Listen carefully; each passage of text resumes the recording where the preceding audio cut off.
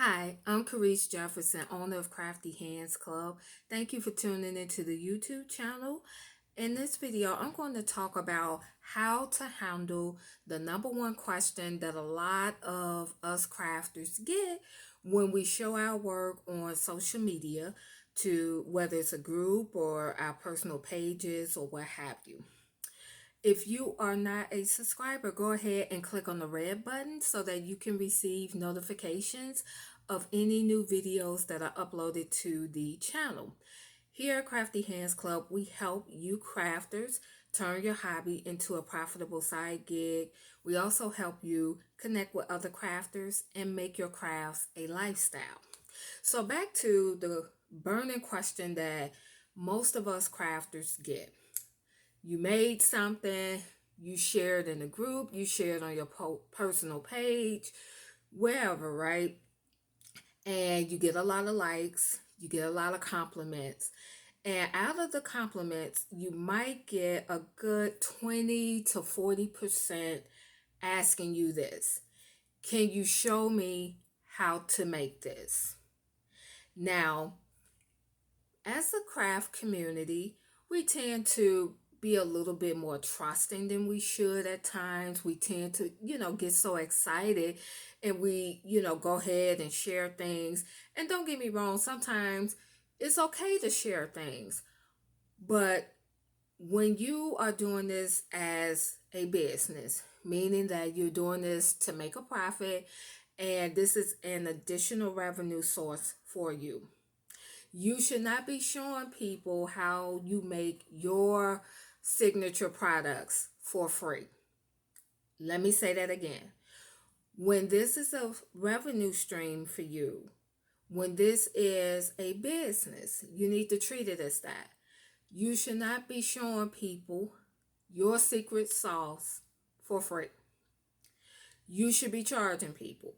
Now, I'm not saying you are in business strictly for the money, because you don't want to do that, but you don't want to leave money on the table when an opportunity is there. If you look through your comments, when someone has complimented on your work and they have asked you, just look at the percentage of people that's asking you. So here's what you do with that. You can do a training for a fee before you give them a fee. Factor in how much time that's going to take you to teach them. Also factor in time for you to prepare to teach them. Factor in the fact that they're going to pick your brain, especially since they're paying you. When people pay, they're going to ask you all kinds of questions. You just have to be prepared for that. And then you also have to think in this term.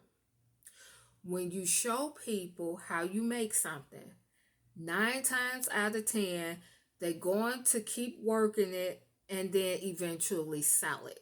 So you don't want to teach someone how to do something for $25 and then they go and sell their work for 70 and 80 bucks off of your $25 plus all the time that you put in, because it takes time to teach someone how to do something because everybody's learning style is different.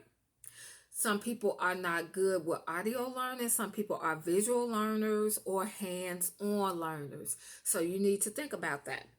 Now, the results you get from teaching others how to make something, and you want to be careful with that because you don't want it to be a mirror of exactly what you are doing. You might want to do it at the basic level or the beginner's level or as an introduction. Based on the responses from that, that can help you create another product for them. And then that adds a service component to your product business. So you're increasing your profits. You could do it through an ebook. You could do it through a downloadable tutorial. You can do it through an actual webinar. You could do it through a live class, or you can do a video series where it has like the different steps, and then you're walking them along. And that one is actually good because the digital products, you're creating them one time, and then it's duplicated in terms of sales and revenue.